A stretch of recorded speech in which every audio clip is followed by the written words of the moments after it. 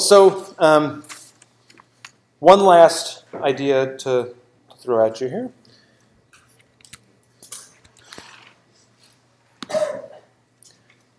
So there's a class of problems that we won't really go into, but I just want to spend 5 minutes sort of giving you the existence of them, which goes back to the problem I talked about, which is if you go around, you have to go around a polygonal obstacle. You could do that, for instance, by labeling subsets of my space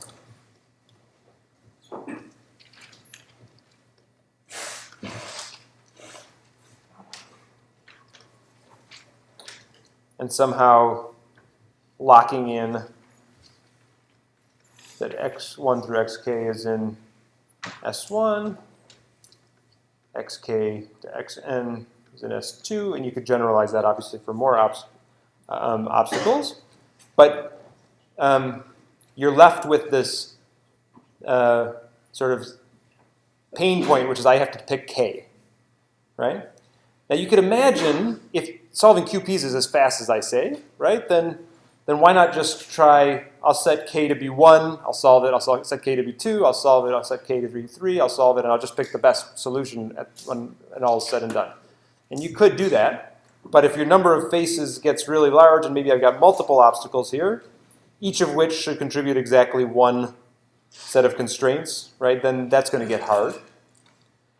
There's a class of problems, a class of solvers really, which are the mixed integer, convex optimization in general.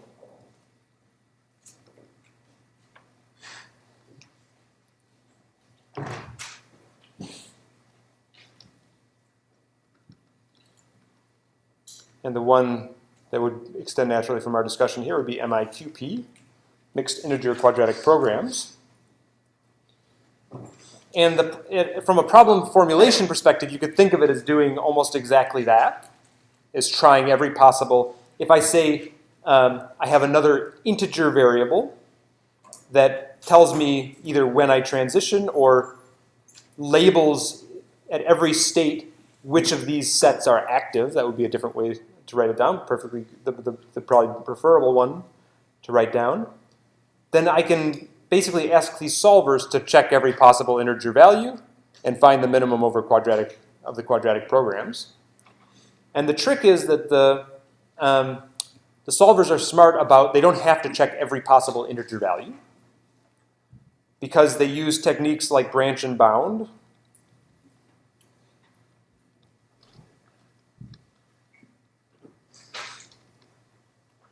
I mean, at a high level, the quadratic programming objective gives a very strong heuristic for the discrete search that lives on top. So just the same way in A star or in our planning algorithms, there's a whole bunch of points that I'd never have to visit. If MapQuest is trying to find me apart from a map from here to Newton, it doesn't have to explore places in Michigan because it knows that that's a higher cost than here, and using simple heuristics. Okay? Same thing with this. The quadratic programming, or the convex optimization in general, the objective there gives me a lot of heuristics that allow me to discard and never have to look at a lot of the integer values of the problem, making these solvers potentially surprisingly efficient, especially with modern implementations. Okay? And people have used this to great effect to plan trajectories of linear systems through polygonal forests, or now differentially flat systems through polygonal forests. Okay, so the solvers, although they are efficient, they scale. I mean, they start choking if your number of integers gets very large. So you'd still like to have, as few integer variables as possible. And just to highlight sort of Robin's work here, he's got a cool result now of having an approximate way to do this very efficiently. So this is Robin is in the back row showing you a beautiful illustration of how this could work. So it really is a polygonal forest in this case. Yeah. So the first thing he does, he's got this super fast convex, approximate convex segmentation. So he's going to find regions inside there, which are polygons, which don't violate any of the constraints, that are as big as possible. And he's going to try to fill the space with those polygonal regions. And then every point in the trajectory, and actually every segment in the trajectory, has to live inside one of those polygonal regions. So that's the integer problem, is figuring out which polygonal region you're going to live inside for every segment. Once you have that, you have a quadratic program you can solve using differential flatness to fly through forests, or you name it. You can do it exactly by using every face of every polygon as a mixed integer, but that just gets slow as the number of obstacles in the environment gets large. So the big win here is that it's surprisingly fast for very cluttered environments.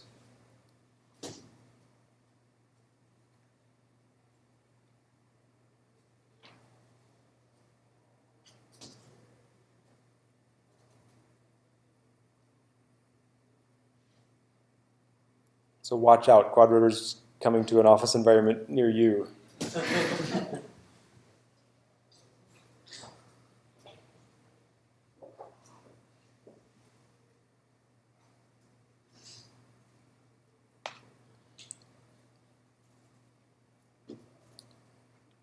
So in some sense, the mixed integer quadratic programming or mixed integer convex optimization, if you're willing in general to take your nonlinear, non-convex constraints and somehow break them up into convex regions, then this is another way to achieve complete algorithms. This one we don't claim to be complete. It's because we're making approximations of the convex regions. But that is another route besides the RRT to get a complete planner for an obstacle-based sort of non-convex planning problem. And it's a viable way, I think. Okay, if you're willing to lean on the mixed integer solvers and cough up good formulations to the mixed integer solvers. Cool? All right. See you next time.